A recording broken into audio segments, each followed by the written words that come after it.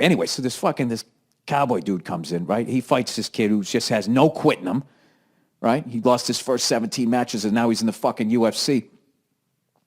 And he fucking beat this kid. Like, it was one of the sickest. Anybody who's like, oh, I like boxing better than UFC, you got to see the way he knocked this guy out. If you can't appreciate, he fucking jabs him in the face. And in the moment when he closes his eyes, this guy fucking drops down 2 floors like a fucking cat, you know, and then punches him in his stomach. And the dude's like, what the fuck? He leans to the right. That guy this fucking cowboy guy throws a left hook, and as his fucking head goes over to the right, he fucking boots him in the face. It was like Matrix level fighting, except it was fucking real. Unbelievable. I couldn't beat a fucking 5th grade girl. I mean, it's so humbling to watch one of these events. So then the next fight, this guy who just goes by Rumble, right?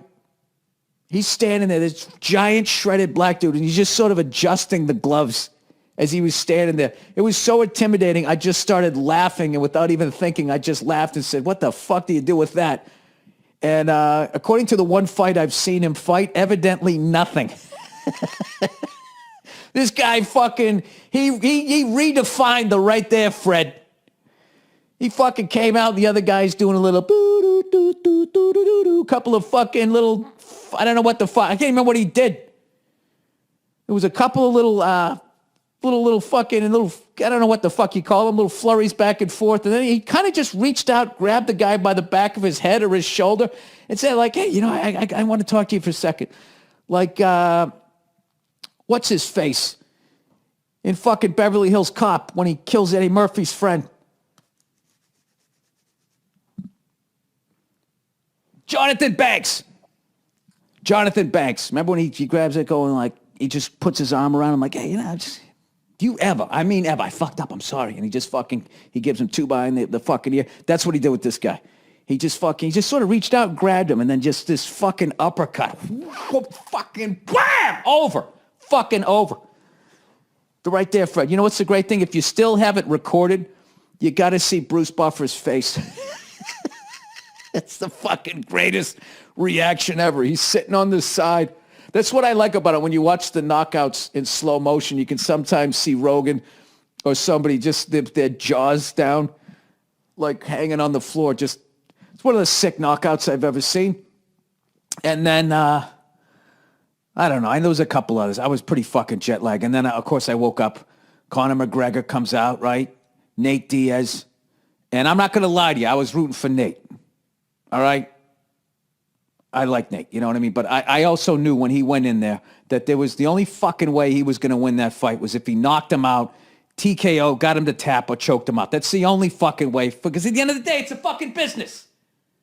It's a fucking business. Okay?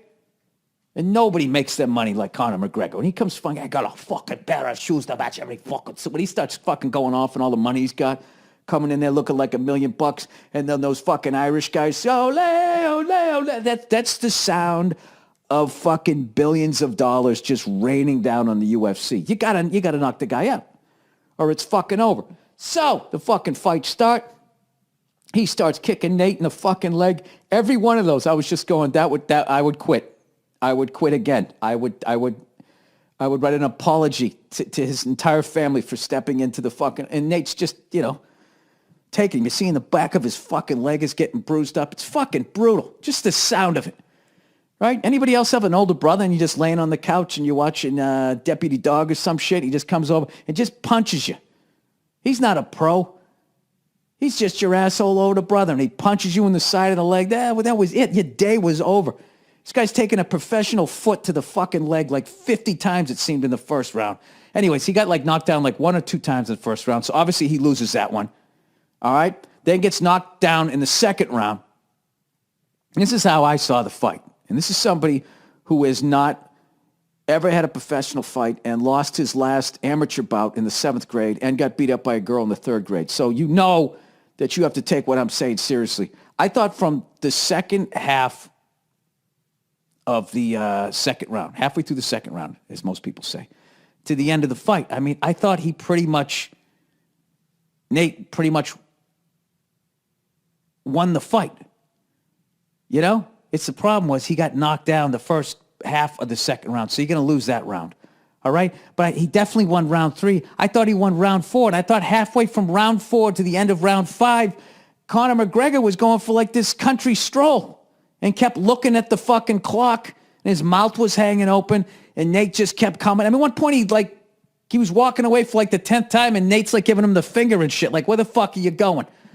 But I don't know. At the end of the day, Nate was bleeding like a fucking sieve. I think a lot of that's just because he's got all that scar tissue and shit. He always ends up bleeding. But the fucking guy is like a maniac. The more he bleeds, the more he bleeds, you can't kill it. He moves forward. He just keeps going forward. So, I don't know. I would have been surprised, even though it was for Nate, if they actually said Nate won the fight. I would have been shocked if they gave it to him. Because he did get knocked down 3 times. And also Conor McGregor makes him all that fucking money. But when they gave it to Conor, it also didn't feel right, you know? And you know something? Conor talks shit afterwards. He goes, surprise, surprise. The fucking king is back or some shit. It's like, now. You looked a little nervous when they went to the judges. You did not look confident whatsoever. So don't fucking do that shit now. So unbelievable fucking fight. This is somebody who knows nothing about fighting, but I know when I see an unbelievable fight. So thank you to both of them. And I can't wait for the fucking third one. You know, it's funny. I watched the whole thing while my wife was like sleeping and shit. And she was so, I couldn't really like yell and shit. And I remember laughing my ass off so many fucking times. There was so many funny moments in that. Like when they were waiting for the decision. And you heard Nate he goes, I won that shit, motherfuckers. Fucking guy's the best, right? And then I like when the Rumble guy won, and he said, hey, I want to fight you next. And they cut to the champion, right? And everybody boos him, and they do the whole thing. No, he's a champion, everything. And when I first saw him, I was like, is that Rondell Sheridan? Did he make it as a comedian and get bored, and now he's dominating the fucking UFC? They went on him so quickly, and then they cut back. Oh, that's not Rondell Sheridan. And when I saw the guy who is the champion, and of course I don't know his fucking name either, what was hilarious to me is I found like the one disadvantage of having a black belt in mixed martial arts is you're so good at fighting, everyone around you is too scared to say you button too many buttons up.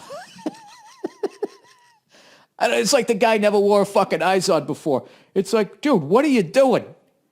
I never seen that many buttons on a polo shirt. And this son of a bitch, man, he buttoned them all. You know? That's how he got his black belt. He didn't quit at the fucking yellow belt. This guy kept going. And you know what? He applied the same things that he learned when he went up the martial arts ladder with those buttons. He goes, I'm not stopping at the ground floor. I'm taking this to the end. How many buttons are there? I'm going to fucking button all of them. God damn it, he did it. All right, I think I'm done with this whole fucking thing here. Pet peeves of the UFC. All right, pet peeves is when they cut to actors in the crowd and they ball up their fists like they're fighters. It's like, dude, we get it. You're at a fight. What are you doing?